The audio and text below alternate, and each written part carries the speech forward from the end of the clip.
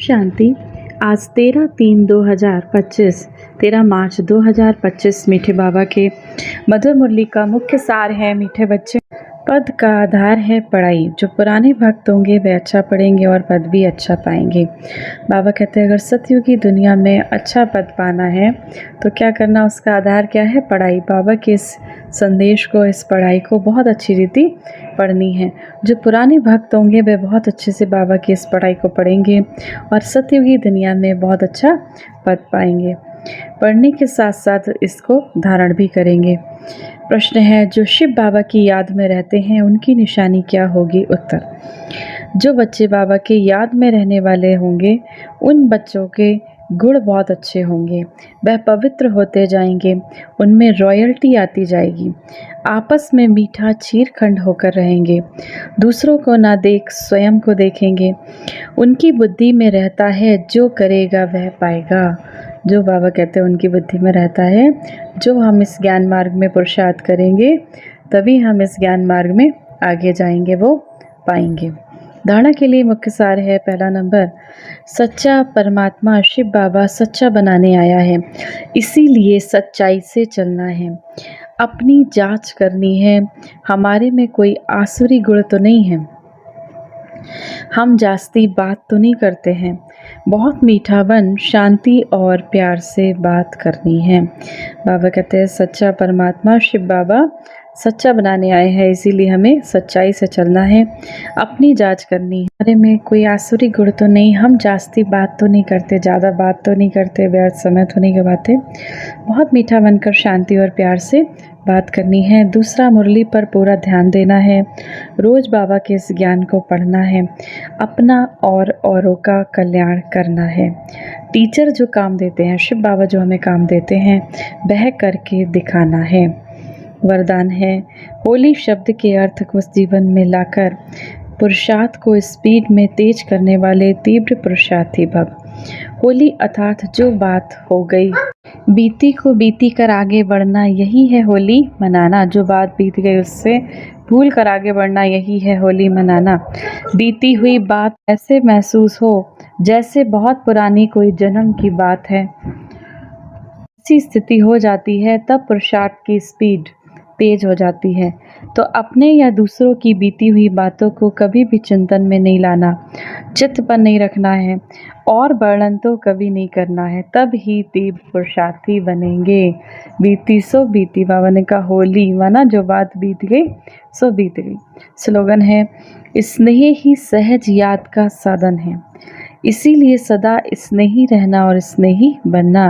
बाबा से प्यार ही हमारा सहज याद का साधन है। जितना जितना हम शिव बाबा को याद करते हैं, बाबा को प्यार करते हैं, वही हमारा सहज याद का साधन है। इसीलिए बाबा ने कहा स्नेही रहना और स्नेही बनाना। अव्यक्त इशारे, सत्यता और सभ्यता रूपी कल्चर को अपनाओ। जो भी ज्ञान की गुह्य बातें हैं उसको स्पष्ट करने की विधि आपके पास बहुत अच्छी है और स्पष्टीकरण है।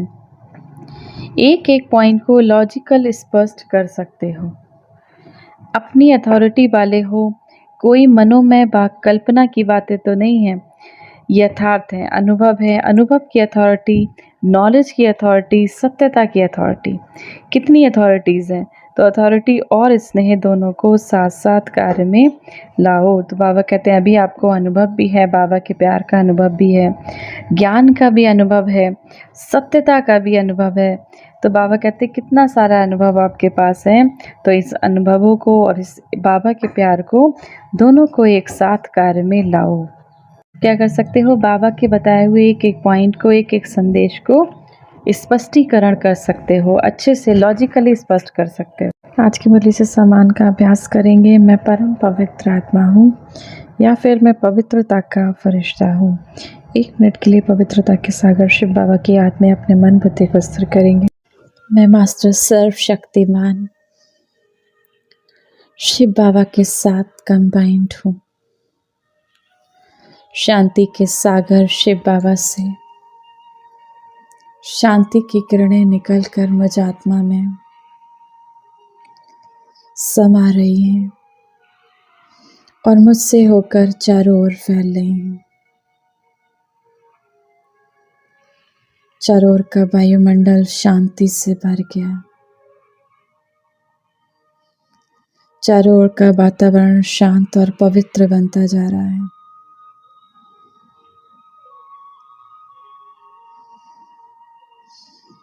मेरे संबंध संपर्क में आने वाली सभी आत्माएं शांति की गहन अनुभूति कर रही हैं।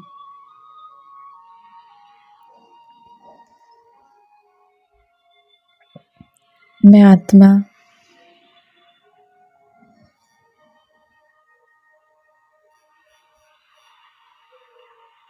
शांति के सागर परमात्मा शिव बाबा से कंबाइंड होकर इस सृष्टि के कण कण को शांति की शक्ति से भरपूर कर रही हूँ।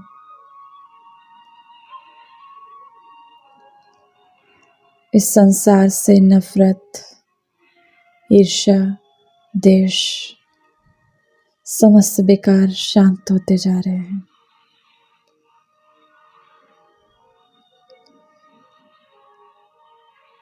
तनाव से भरी आत्माएं, डिप्रेशन से भरी आत्माएं, भय से भरी आत्माएं, चिंताओं से भरी आत्माओं के मन शांति से भरपूर होते जा रहे हैं।